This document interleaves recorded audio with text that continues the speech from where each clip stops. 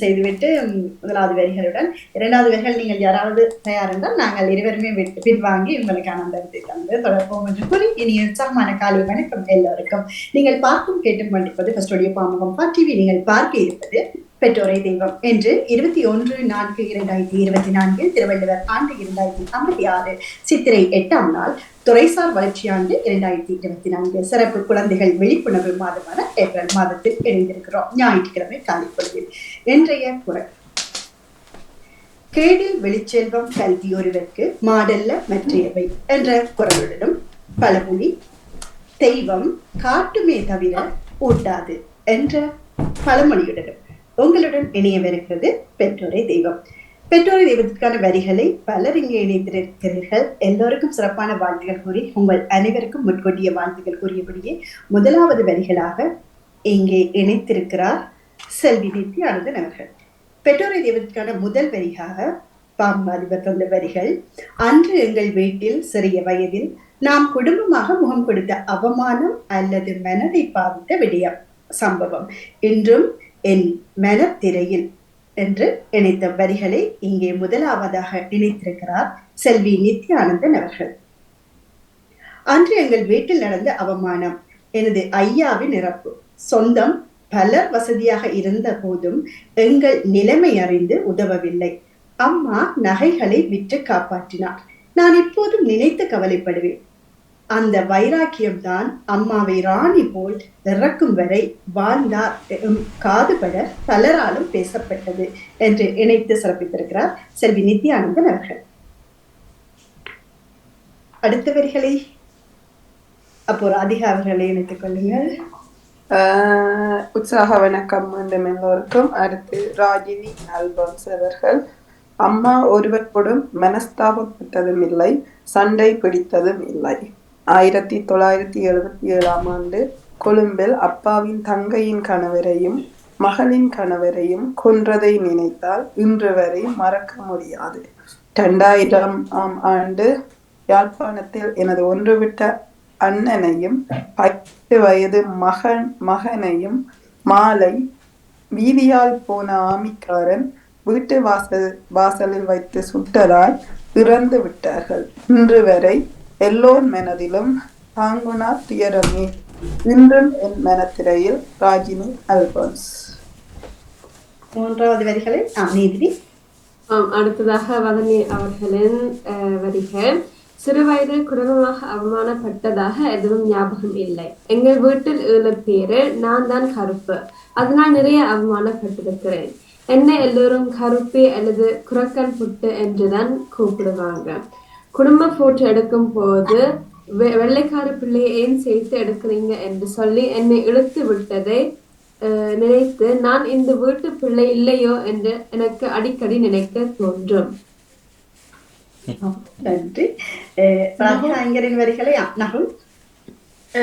நாம் குடும்பமாக Indian army வந்த வேலை இடம்பெயர்ந்து எங்கள் அப்பாவின் முள்ளி என்ற காட்டு பாதையால் பசியுடன் நடந்து சென்றது. இன்றும் மறக்க முடியாத வழியாக இருக்கிறது. ராதிகா ஐங்கரன் அவர்கள். நன்றி. இது என்னுடைய வரிகளை நான் வாசிக்க விருப்பம். நன்றி. அன்று காரைநகரில் இருந்து இடம்பெயர்ந்து யாழ்ப்பாணம் திருநெல்வேலியில் என் அப்பாவின் தங்கி வீட்டுக்கு என் அம்மாவுடன் 3 சகோதரர்களும் போனோம். அங்கு அப்பாவின் அக்கா பிள்ளைகள் தான் வசித்து வந்தார்கள் என் அப்பாச்சியுடன்.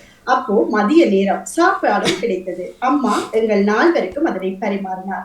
நாங்கள் 5 சாப்பிட்டுக் கொண்டிருக்கும் போதே சாப்பாடு நிலத்தில் சிந்தி இருப்பதை கண்ட அப்பாவின் அக்கா பையன் நேர வந்து கையை காட்டி சொன்னார், உங்களுக்கெல்லாம் கக்கூசு மேடையில் தான் சாப்பிட விடணும் என்று. என்றும் என் மனதில் பாதித்த வழியமாய் பல தடவை வந்து போகும். என்று அந்த வீடு என் அம்மாவின் பேரில் உள்ளது. நன்றி. அடுத்து சர்வேஸ்வரி சிவரூபன். அவமானம் என்பது இல்லை, மனதை பாதித்த விடயம். ஒரு மங்களகரமான நிகழ்விற்கு போனோம். நாம் போனதும் பிந்தித்தான் வீட்டிலே சமைக்கவும் இல்லை. அங்கு போய் எல்லாரும் சாப்பிடலாம் என்ற ஆதங்கம். ஆனால் அங்கு உணவு இல்லை. குளிர்பானம் அருந்தி விட்டே வீடு வந்து சமைத்தோம். அந்த நிகழ்வை நினைத்தால் ஏமாற்றமான ஒரு பாதிப்பு. சர்வேஸ்வரி ஸ்வரூபன். அவர்கள் அவர்கள். கட்டாயமாக பாவிக்க வேண்டும். சர்வேஸ்வரி ஸ்வரூபன் அவர்கள். ஜெயா நடேசன் அவர்களின் வரிகளை இங்கே இளையவர்களில் ஒருவர் குட்டிதான்.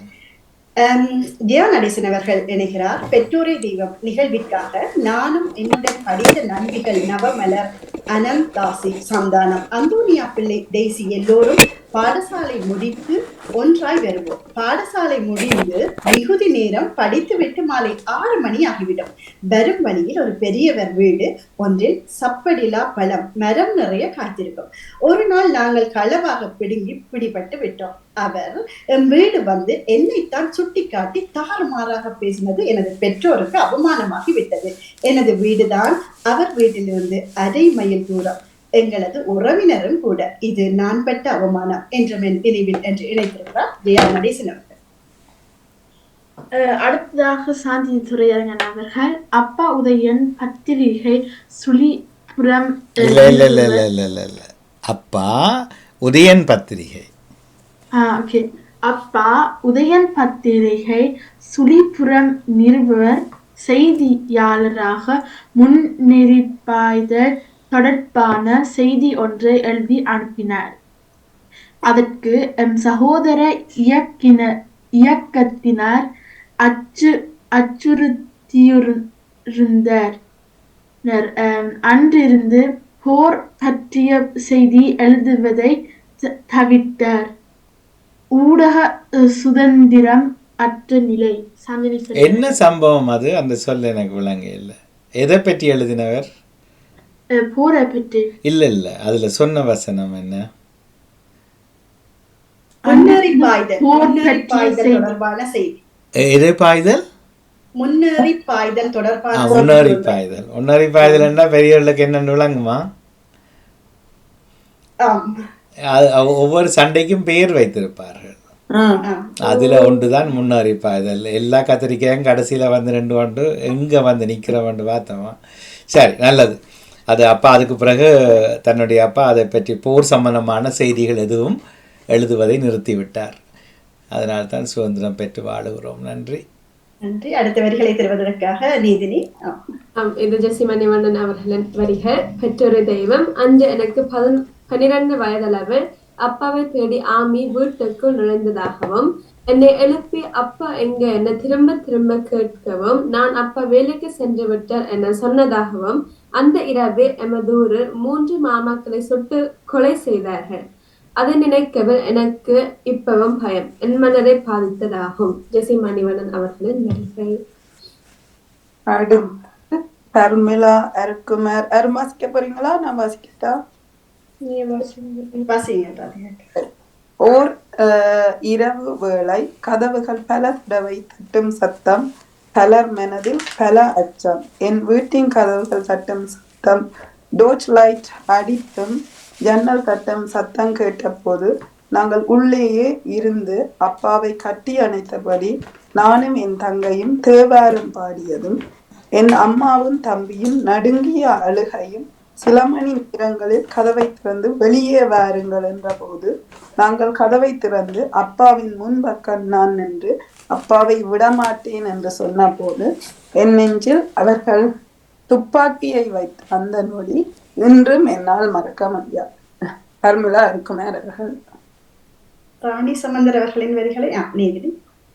இது ராணி சம்பந்தர் அவர்களின் வரிகள். மார்கழி மாதம் நல்ல சூறாவளி காற்றும் மழையும் வந்து நிறைய வாழைகள் முறிந்து விழுந்தன. சரியான வெள்ளத்தில் மாடுகள் அங்கும் இங்கும் ஓடி சில இறந்தன. கோழிகள் கூட இறந்து சரியான கவலைப்பட்டனர் எல்லோரும். ராணி சம்பந்தர் அவர்களின் வரிகள். என்று நிறைவாக இணைக்கிறார் நகுலவதி தில்லைதேவன் அவர்கள். எங்கள் வீட்டில் வளர்க்கும் அல்சேசன் நாய் ரோசி அன்பானது. வளவுக்கு சென்றால் ஓலை, பாலை மற்றும் தேங்காயை வாயினால் கவ்வி வீட்டுக்கு எடுத்து வரும்.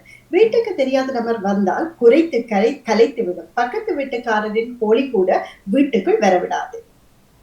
ஒரு நாள் இரவு செகண்ட் ஷோ படம் பார்த்துவிட்டு திரும்பியதும் வீட்டில் நாயை காணவில்லை. தேடிய போது பின்புறம் வேலியின் பக்கம் சத்தி எடுத்து இருந்தது. பக்கத்தில் இறந்து போய் கிடந்தது. எல்லோருக்கும் அதிர்ச்சி, கவலை, வேதனை. அப்பா அம்மா அழுது விட்டனர். பல நாள் நினைத்து நினைத்து துன்பப்பட்டோம். இன்றும் கூட நினைத்தால் வேதனை என்று இணைத்திருக்கிறார் நகுலவதி தில்லைதேவன் அவர்கள். நிறைவாக எல்லோருக்கும் சிறப்பான வாழ்த்துக்கள் கூறி பெற்றோரை தெய்வத்துடன் இணைந்த அனைவருக்கும் நன்றி கூறி, சந்தர்ப்பத்திற்கு நன்றி கூறி விடைபெறுவேன். இனிவல் யோகாவுடன் இணைத்துக் கொள்கிறேன். நன்றி வணக்கம் எல்லோருக்கும். மிக்க மகிழ்ச்சி. வாசித்து உயிர் கொடுத்த யாவருக்கும் நன்றி.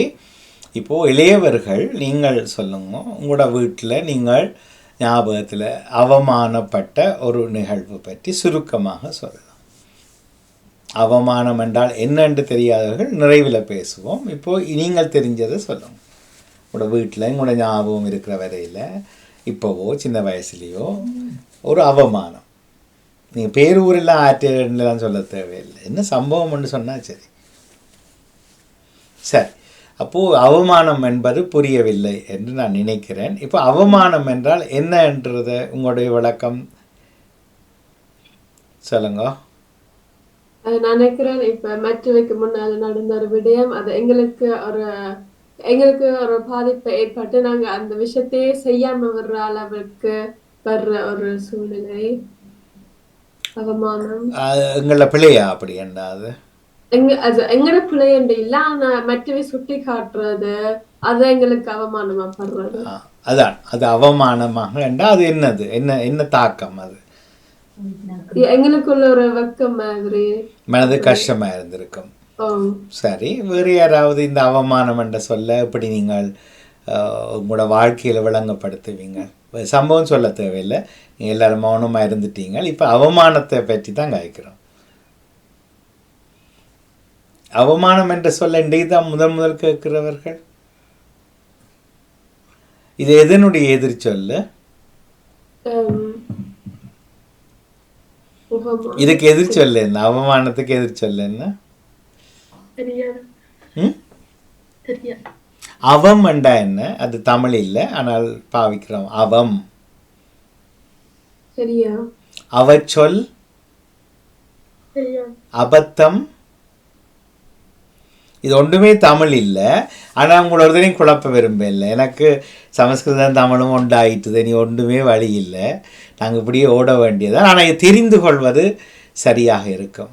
சரியா? ஒரு அபத்தம் என்றால்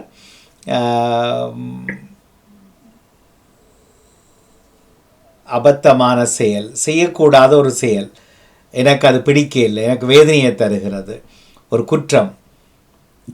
அவம் என்றால் எங்களுக்கு ஒரு மானக்குறைச்சல், எங்கள் அவமானம். மானம் என்றா என்ன? மானம் அபிஷா கை ஏத்துறீங்களா? இல்லை, ஓகே. இப்படி என்னட்டு சுத்தி கொண்டு கேட்கல நான் நினைச்சேன். ஓகே, மானம் என்றா என்ன? எங்கட மானம் நாங்க செய்யற விஷயத்துல வச்சு எங்கட ஓகே, எனக்கு தேவமொழியில தெரியும். மற்றவர்களும் பேசலாம் என்ன? நாங்க ஹிந்தியில கதைக்கல தானே மானம். சரி, தமிழ்ல சொல்றேன் மரியாதை. என்ன மரியாதை என்றா என்ன? ரெஸ்பெக்ட் இங்கிலீஷ்ல. சரி, தமிழ்ல விளங்கப்படுத்துங்க ரெஸ்பெக்ட். நாங்க மதிப்பது.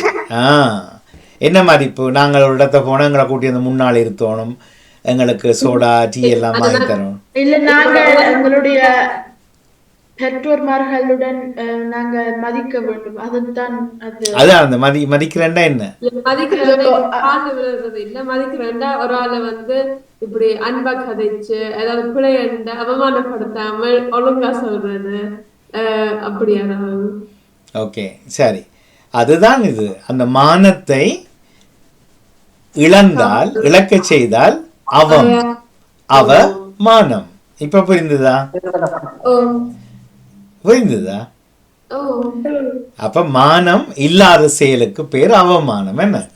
சரி, நான் அவமானம் அல்லது மனதை பாரிதென்று எழுதியிருக்க கூடாது. இன்றைக்கு நான் அவமானம் தான் என்னுடைய தலைப்பு. பிறகு பார்த்து சில பேர் தான் நோண்டி கதை சொல்லுவார்கள், தெரியும். இன்றைக்கு என்ன 11 பேர் தானே ஆகவிஞ்சு நான் வந்தது.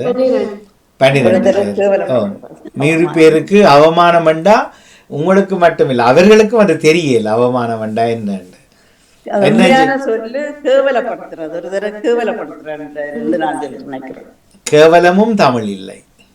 கேவலம் ஏன் தமிழ் இல்லை? அது வடமொழி சொல்லது. இல்ல ஐயோ அதான் அது வேண்டாம், நான் அந்த வாதம் செய்ய மாட்டேன், சும்மா சொல்லி காட்டினான்.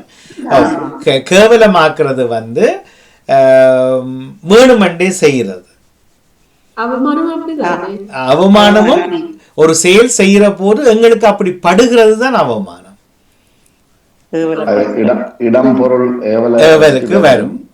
இடம் பொருள் ஏவலை வச்சு வரும். அது சொல்லுகின்ற விடயம், அதை சொல்லுகின்ற துணி உபயோகப்படுத்த புறமுறதை கூட சில இடங்கள்ல அது புறமேல்தான். ஆனா அது அந்த எந்த இடத்துல என்ன டோனில சொல்லுறோம்ன்றதை வச்சுதான் அது மானம் அவமானம். ஒரு ஆளை நாங்கள் கேஷுவலா சொல்ற மாதிரியும் சொல்லலாம், அவரை குறகூறுற மாதிரியும் சொல்லலாம். ஆனா அந்த குறகூறுற டோன் இருக்குத்தானே, அந்த டோன் தான் அந்த இடத்துல மாறுபடும். இது அவமானம். உங்க வீட்டுல பிள்ளைகளே நீங்களே சில இடங்கள்ல அழுதுருப்பீங்களா, அப்பா அம்மா சொல்லியோ இல்லாட்டி அண்ணன் தம்பி சகோதரத்துக்கு முன்னால வச்சுக்கொண்டே இப்படி சொல்லி அந்த இடத்துல நீங்க தெரியாம அழுதுருப்பீங்க.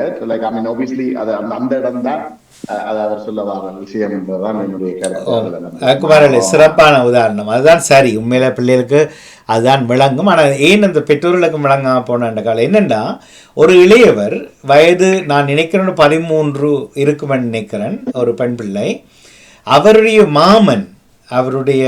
மாமன் நேரடியாக மாமன் முறையானவர் ஒரு குடும்பமும் வேறு 4-5 குடும்பம் சேர்ந்த ஒரு பிறந்த நாள் வீட்டில் நடந்த ஒரு விழாவில் வந்து சொல்கிறார், நான் கண்டிருந்தேன் அதை, என்ன இது கைதறிய சட்டை போட்டிருக்க, உன் அம்மாவுக்கு ஒரு விதி இல்லையா, கூப்பிட்டுங்க அம்மா சொல்லு, இனிமேல் இப்படி வரக்கூடாது, 7 மண்டை வேறு ஏதாவது சோல்வு ஏதாவது போட்டுட்டு வா என்ற.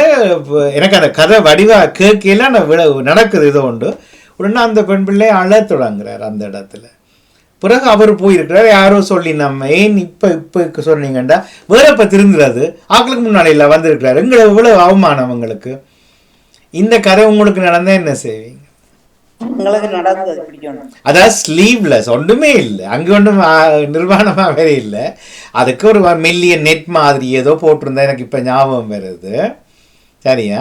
இப்போ கைதறிய இதுக்கு பிறகு கைதறிய போட்டால் அவமானமா? இது லண்டன்ல நடந்த கதை. ஜெனரேஷனால நீங்க எங்கேயோ கேள்விப்பட்டீங்களா, உங்களுக்கு நடந்ததா?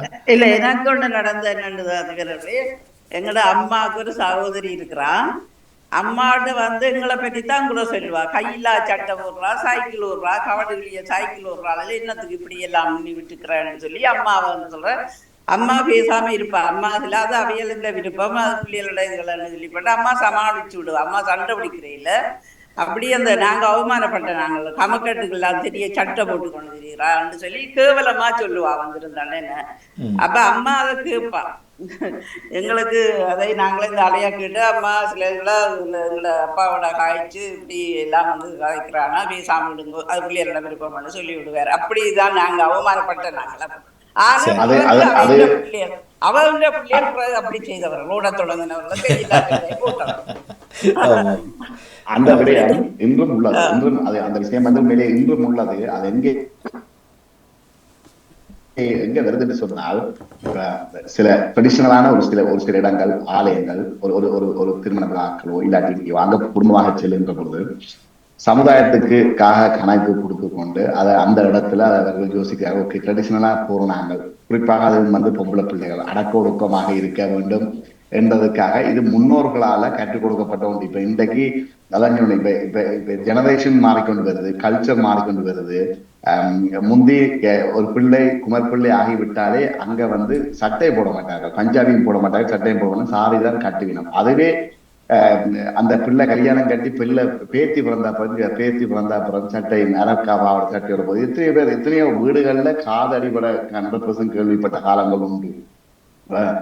ஊர்ல எல்லாம் பாத்தீங்கன்னு சொன்னா காதலர்கள் காதலிக்கிறதுக்காக சைக்கிள்ல எங்க ஒதுங்கினாலே அது எந்த இடமுண்டு இல்லை, அது யாரா இருந்தாலும் உடனே தட்டி எங்க இதுக்குள்ள 2 பேரும் என்ன செய்யுங்கன்னு சொல்லி கிளச்சி விட்டுருக்கோம் ஆக்களை.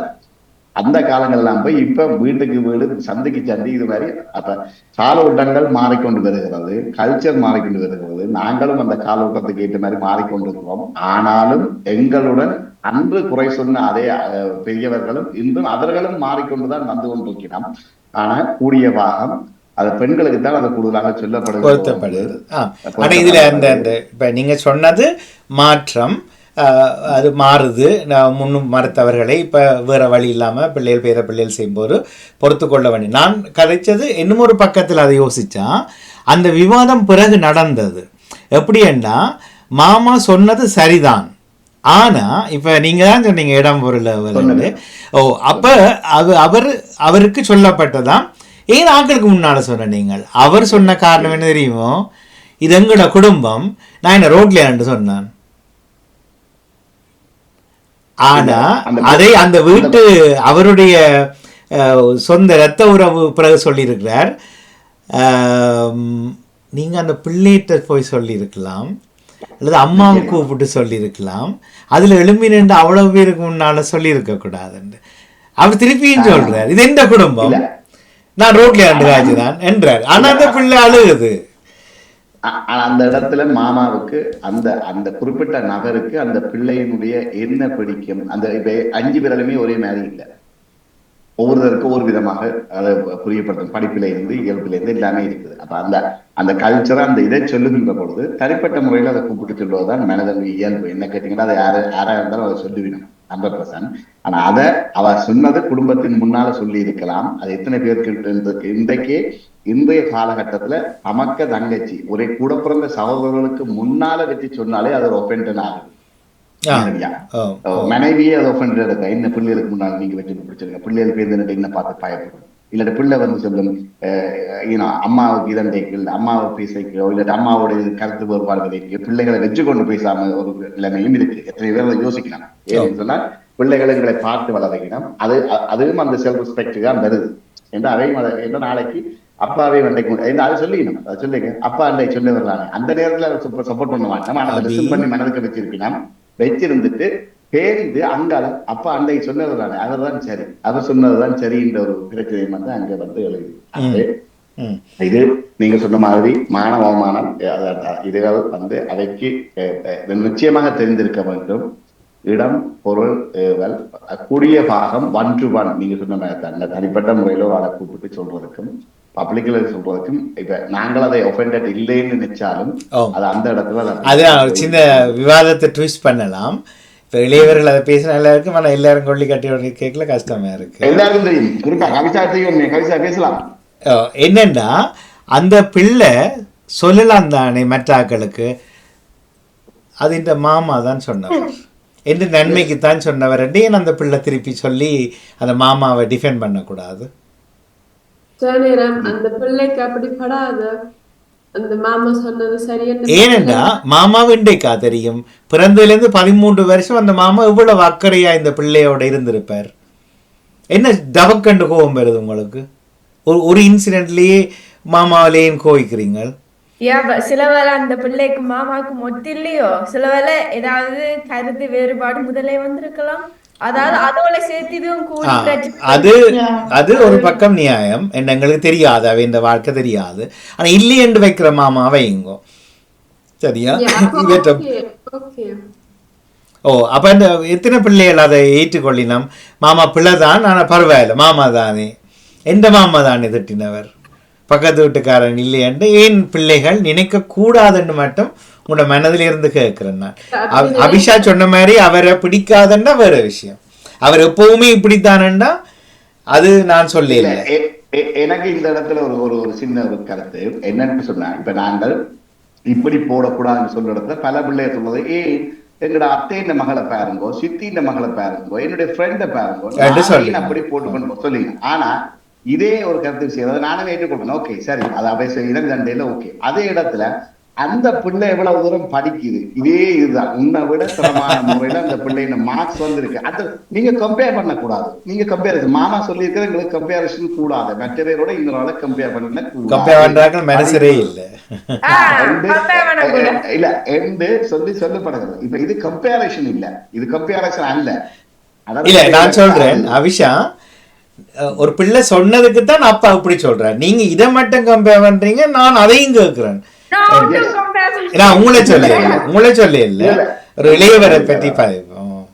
இப்ப அந்த கம்பேரிசன்ல பெற்றோரும் உள்ளெடுத்துவீங்க. எனக்கு தெரிஞ்சு இதுல உள்ள மிக குறைந்த ஒரு ஆளாவது அப்படிதான் சொல்லியிருக்காரு, ஏன் நான் போகக்கூடாது, அவா போறா ஏதாவது ஒரு இடத்துக்கோ இல்லாட்டி ஏதாவது என்னவோ. இது நாங்க சப்ஜெக்ட் வந்து உடுப்புண்டு மட்டும் இல்லாமல் ஒரு பரவலான ஒரு விஷயத்தை பார்க்கல சொல்றீங்க, அவா போறா, அவாண்டு பேரண்ட்ஸ் இப்படி செய்யணும், இவேண்ட இது செய்யணும் சொல்லி அந்த குடும்பத்துல இருக்கு. ஆனா இதே ஒரு விஷயத்த நாங்கள் ஓகே அதே மாதிரி செய்ய விடுவோம் சொல்லுங்களேன் பிள்ளைகள். ஆனா அதே ஒரு விஷயம் இன்னொரு ஹெல்த்தியான ஒரு விஷயம், நீங்கள் இப்படி இந்த பாடங்கள் படிப்புகள் உங்களுடைய வாழ்க்கையை நீங்கள் தான் தெரிஞ்சு செய்ய வேண்டும். உங்களுடைய படிப்பு மேக்சிமம் பண்ணுங்கோ, இத்தனை மணிக்கு எழும்புங்கோ, படியுங்கோ, நீங்களாக எழும்புங்கோ, நாங்களாக சொல்றோம்னு சொல்லி நினைச்சு பார்க்காதீங்க சொல்லிங்கிற அப்படி அதை கம்பேர் பண்ணக்கூடாது. அது கம்பேரிசன்ல அது இல்லை, அது கம்பேரே இல்லை. நான் சொல்றது அந்த இலக்கு, ஒரு இலக்கு ஒரு நோக்கி ஓடுறோம், ஒரு ஓட்ட போட்டியில ஓடிக்கொண்டிருக்கோம்.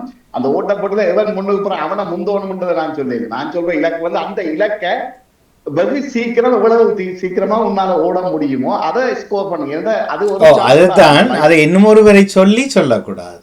இல்ல இன்னொரு சொல்லாமலே சொல்லுகின்ற சொல்லாம சொல்லலாமோ, இலக்கு முக்கியம். இலக்கு முக்கியம். அந்த இலக்கத்தான் பாருங்க, நீங்க மற்றவைன்றதை விட ஒரே சப்ஜெக்ட் தான் போறீங்க, ஒரே இதுலதான் போறீங்க. அதை இவைன்றதை விடாம இந்த உடுப்பு விஷயத்துல அதை சொல்லப்படுது நேரடியா வெளியினா. அதா போடுறான் நீங்களே என்ன சொல்றீங்க, இல்ல தம்பி போடுறான் ஏன் நீங்க என்ன சொல்றீங்க, இல்ல இன்னொரு தங்கச்சி அபிஷேக் அது கம்பேரிசனா இல்லையா? என்னது இப்படி தம்பி போடுறான் அவா போடுறவா அவ பார்த்தனா செய்வ அதுவும் கம்பேரிசன் தான். அது போலதானே, அதைத்தான் நான் அப்பா சொல்றேன். உடுப்பு விஷயத்துல அதை ஒத்துக்கொள்றோம், படிப்பு விஷயத்துல திருப்பி கேட்டா என்ன நீங்க கம்பேர் பண்றீங்க? நான் உடுப்பு விஷயம் சொன்னது நான் உங்களே சொல்லல, உங்களோட கருத்து தான் கேட்கிறேன். இந்த கருத்துக்கு தான் இப்ப நீங்க பர்சனலா எடுக்க கூடாது. இப்ப நான் நீதினி சொல்லுங்க, நீதினி இந்த பர்சனலையா கேட்கிறேன் இல்லையே, ஒரு கொமனா தான் கேட்கிறோம் அதை. சரி, ஆனால் இது காலையில் நவலா ஆண்டி வந்த போது கதைச்சது மாதிரி எப்படி நாங்க எடுக்கிறோம்ன்றதுல இருக்குது. இல்ல I want to be the best. எனக்கு தேவை என்னன்னா இன்னைக்கு காலம் அப்படியே வரல, வெயில் வைத்தது உற்சாகமா இருக்கு, உற்சாக வணக்கம் நீங்கள் எல்லாம் சொல்றீங்க, ஓகே நீங்களும் சொல்றீங்க நானும் சொல்றேன், உற்சாக வணக்கம் கேட்க சந்தோஷமா தான் இருக்கு. ஆனால் did I have a really good day? Did I achieve anything? என்ன படிச்ச படிப்பு நான் எனக்குத்தான் படிக்கிறேன், மற்றவருக்காக படிக்கல. மற்றவர் தாழ்த்தோணும் உயர்த்தோணும் இல்லை. என்னுடைய இதுக்கு நான் இன்றைய நாளை ஹெல்த்தியான முறையிலையோ சந்தோஷமான முறையிலையோ ஆரோக்கியமான முறையிலையோ அதை ஆக்கி கொண்டேனா, அதுதான் நீங்க மேல ஒழிய மற்றவையை முந்தோணும் இல்ல மற்றவையை அடிச்சு பறிக்கணும் இல்ல மற்றவையை கேட்கணும் அதெல்லாம் தேவையில்லை. உங்களுடைய இலக்கில நீங்க தெளிவாக இருக்கின்றீர்களா இருந்தால் எல்லாமே சரி, அவ்வளவுதான் அதுல உள்ள விஷயம். ஒழிய இது என்னுடைய நாள், என்னுடைய இது நாளைக்கு என்ன சுத்தி இருக்க கவிஷாவோ, என்ன சுத்தி இருக்க வாய்ப்போ, இல்ல என்ன சுத்தி இருக்க நடாமோனாவோ, நான் இருக்கலாம், நான் இல்லாமல் இருக்கலாம், நான் இருக்கலாம், அது இல்லாமல் இருக்கலாம். பட் ஆனா என்னோட வாழ்க்கை என்னோட இருந்துதான் இருக்க போகுது. அதை நாங்கள் எப்படி ஹெல்த்தியா எந்த அளவுக்கு உங்களுக்கு சாட்டிஸ்பாக்சன், உங்களுடைய மனதுக்கு அது ஆரோக்கியத்தை தரும், உங்களுடைய மனதுக்கு அது சந்தோஷமா இருக்கிறது. எவர் வேணும்னா இதையும் சொல்லிட்டு போகும் மனம், நீங்கள் உங்களுக்குள்ள did I have a good day today? I really enjoyed today சொல்றீங்களா? ஒரு சில விஷயத்துக்கு போட சொல்லுங்க, I went to the restaurant, you know what, it's lovely food, it's really nice and I really enjoyed it. அதை சொல்றீங்களே, அது உங்களுடைய வாழ்க்கையில நீங்க அந்த சுவாரஸ்யத்தை அனுபவிச்சு பாருங்களேன். இன்றைக்கு உண்மையிலேயே ஒரு நல்ல ஒரு நாளா, இன்றைக்கு நான் அப்பா அம்மாக்கு ஏதாவது செய்து கொடுத்தனா, இல்ல நான் எனது படிப்பை தந்தேன், இல்ல தம்பிக்கு ஏதாவது செய்து கொடுத்தனா, இன்றைய வெளியில போய் வந்த நடைய வந்து என்னத்துக்காக நடந்த மாமா, ஐயோ மாமாவுக்கு காட்டோருக்காக நடந்தமா, இல்ல அவர் சொல்றாரு சொல்றதை விட நாங்கள் இப்ப சுமன் மாமா கூட அர்ஜுனன் மாமா கூட வந்து கலைக்கிறாண்டா எனக்கு சொல்லி வந்து என்னது தூண்டுதல், என்ன அழைக்குது அந்த இடத்துல எனக்கு பேச சொல்லணும்னு தோணும். அப்படி உங்களை ஒவ்வொருவருக்கும் வேலை வேணும். இப்ப மாமா அடிக்கடி கேட்கிறேன், என்ன பிள்ளைகள் இதை விடுங்க, அதை தூக்கிறீங்கன்னு சொல்லி அவர் உங்களை ஒர்க் பண்றாரு. ஆனா நீங்க அதுக்கு பேயிங் அட்டென்ஷன் நீங்க கொடுக்குறீங்களே, உங்களை நீங்கள் விரும்பி உங்களை இதன் கொண்டுதான் அந்த கதை. அதான் நீங்க காலையில சொன்னீங்க உணர்ந்து செய்யுங்க, அதை விளங்கி செய்யுங்க, இலகுவா சொல்லலாம். எதை செய்தாலும் விளங்கி செய்யணும். ஒரு சாப்பாடு சாப்பிடணும்னா ஆக்கினப்படுத்தாம எனக்கு விளங்கி செய்யணும் என்கிறதான். நன்றி. அதுதான் அவை. மிக்க நன்றி அருக்குமார் அவர்களே. இப்போ உலகம் பேசிக்கொண்டுதான் இருக்கும். நாம் அதை என்ன தலைப்புகளை உள்வாங்கிறோம்ன்றதான் எங்களோட பிரச்சனை. ஆனால் அதில் நாங்கள் வழுக்கி விழாமல் இருந்தோம்னால் மிகச்சிறப்பு. இன்றைக்கு தலைப்பில் எப்போ நான் ஒரே ஒரு வரி, இது நான் நீண்டதாக பேசவே இல்லை, தலைப்பு மட்டும்தான் சொல்வேன். இந்த உதவி செய்துட்டு படம் எடுத்து போடுறாக்கள், படம் எடுத்து பிள்ளைகளை காட்டி வீடியோ எடுத்துட்டு உதவி கேட்குறாக்கள், என்னை பொறுத்த வரைக்கும் ஒரு சமூக அவமானம் என்றே நான் இனி உறுதியாய் சொல்லுகிறேன். நான் நிறைய பார்க்குறேன், நான் இந்த விஷயங்களை அவதானிக்கிறேன். நான் அதே போல் நாமும் கூட எங்களோட மூலாகட்டும் காட்டில் வந்து பேசுகிறதாகட்டும் ஒருவரை ஒரு செயலை சொல்லலாம், ஒரு முன்னுதாரணம். ஆனால் நான் இங்கே தான் செய்தேன், இங்கே வேறுங்கோ படம், இங்கே வேறுங்கோ வீடியோ, இங்கே வேறுங்கோன்னு சொல்கிறதும், அதே போல் ஒரு 100 பேர் அழைக்கப்பட்ட ஒரு விழாவில் 3 பேருக்கு மாலை போட்டுட்டு முன்னால் இருக்கிறதும் என்னை பொறுத்த வரைக்கும் ஒரு சமூக அவமானம். இது தலைப்பாக மட்டும் வச்சுக்கொள்ளுங்க. இது ஒரு கண்ட்ரவர்ஷியலான தலைப்பு. இன்றைக்கு மலிஞ்சு போச்சுது. இது நிறைய நடக்குது. ஏன் அப்போ மிச்ச 97 பேரும் என்ன மொக்குகளா? அவர்களும் தானே உடுத்துக்கடுத்து சாரியெல்லாம் காட்டி வேட்டியெல்லாம் காட்டி கொண்டு வந்திருக்கணும். அவையும் செலவழித்து தானே வந்திருக்கணும் அந்த இடத்துக்கு. ஏன்னா 3 பேருக்கு மாலை போடுறீர்கள், 3 பேருக்கு பொன்னாடை போடுறீங்க. அண்மையில் ஒரு நிகழ்வுக்கு கூப்பிட்டுருந்தார்கள், வாழ்த்தை பேசி சொல்லி கொண்டு அறிவித்தலில் என்னை பிரதம விருந்தினர் அறிவித்து விட்டார்கள். வேறு வழி இல்லை, அது பப்ளிஷ் ஆகிட்டது. போனான் போக அந்த முதலாவது நிகழ்வு பிரதம விருந்தினருக்கு மாலை அணிவித்து உள்ளே அழைத்து வரல் என்று அறிவிக்கப்படுது. நான் திரும்பி பார்த்துட்டு கூப்பிட்ட கேட்டேன், யார் வேறு யார் பிரதம விருந்தினர் நீர் தானேண்ட. நான் சொன்னேன், தயவுசி இதில் குழம்ப விடாதீங்கோ, மாலைகளை போட்டிங்களோ குழம்பிடுவேன், கண்டிப்பாக நான் இதில் இருக்க மாட்டேன். ஐயோ வாங்கிட்டோம் பெரிய சந்தன மாலையெல்லாம் தூக்கி காட்டுறார். நான் ஆளை விடுங்கோ, இது லாஸ்ட் மினிட்ல நான் சபையை குழப்ப விரும்பல, சைட்ல ரெண்டு தான் கேட்கிறேன். சரி, அப்போ உடனே அவர் மைக்கை பிடிங்கி சொல்றார், விருந்தினருக்கு மாலை போட விருப்பம் இல்லை, அவருக்கு பூ கொடுக்குறோம். பூ ஓகேயாமோன்றார் மைக்கில்.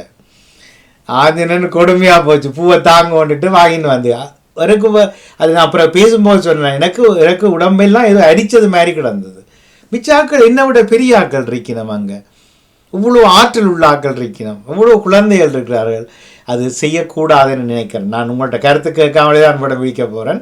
இந்த சிலருக்கு முன்னுரிமை கொடுத்து ஒரு சபையை நடத்துவது ஒரு சமூக குற்றம். அதுபோல் உதவி செய்கிறோம், சாப்பாடு கொடுக்குறோம், ஏழ்மைக்கு வாழ்வு கொடுக்குறோம் வந்துட்டு ஃபோட்டோ எடுத்து போடுறதும், வீடியோக்களில் கதை கேட்குறதும், அப்புறம் கொடுத்ததை வீடியோ எடுத்து போடுறதும் என்னை பொறுத்த வரைக்கும் ஒரு சமூகம் கீழ்நிலையில் விழுந்து கொண்டு இருக்குது.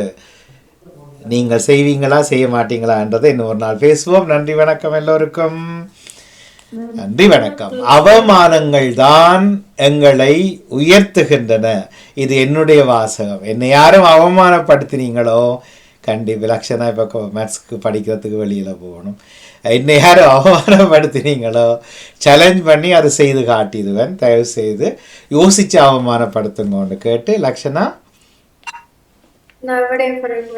இப்பவும் படிக்கிறீங்களா? நேற்று ஒரு இளையவர்கிட்ட கேட்டார், உங்களோட பரீட்சை முடிஞ்சதுக்கு பிறகும் படிப்பீங்களாண்டு, ரிவிஷன் செய்வீங்களாண்டு. அவர் ஓமன்னு சொன்னார். நீங்களும் அப்படியா? நீங்க எங்கேயும் ஃப்ரெண்ட்ஸோட சந்திக்கிறதுக்கு ஒரு வாய்ப்பாக அம்மா அப்பாவுக்கு ஓகே. இன்னைக்கு என்ன பாடத்துக்கு போறீங்க? மேத்ஸுக்கு தானே? மேத்ஸ் நீதினி இதை நீங்கள் சாட்சிப்படுத்தணும். அவருடைய இந்த இயர் எண்ட் ரிசல்ட் ஷீட்டை நீங்கள் அவங்களோட அம்மாட்ட வாங்கி அதை காட்டணும். இது அவமானப்படுத்த இல்லை, உங்களை உஷார்படுத்துகிறேன். நண்பிகளை சந்திக்கணுமெண்டா 2 மணி நேரம் பிந்தி கூட போகலாம். அதை ஏற்கனவே சொன்னேன் நான். நீங்கள் இதை ஷார்ட்டாக இப்போ நான் 2 வைப்போமே. மாமா டியூஷனுக்கு போக சொன்னவே சின்ன வயசில் 15 வயசில் நான் போகிறேன். நான் என்னென்று சொன்னேன், ஃப்ரெண்ட்ஸோட விளையாடுறதுக்காக. ஆனாப்பா அவங்களோட அம்மா காசு காட்டினவா. கெமிஸ்ட்ரி ஃபிசிக்ஸ் ஒன்றும் ஓடே இல்லை பெருசாக. சரியா? ரைட், ஓடி வாங்க லக்ஷனா. இருந்தாலும் நீங்கள் முதல் நடக்க தொடங்கினீங்க. இன்றைக்கு ஒவ்வொரு முறையும் நடப்பீங்கள். அதுக்கு நன்றி. நன்றி, வணக்கம். வணக்கம். சரி, தஜினி அவர்கள் தயார் தானா? தஜினி ஆண்டி, நான் பார்த்து கொண்டு இருக்கலாமா? நிச்சயமா. மன்னிப்புடன். நன்றி. என்னண்டு நிச்சயமா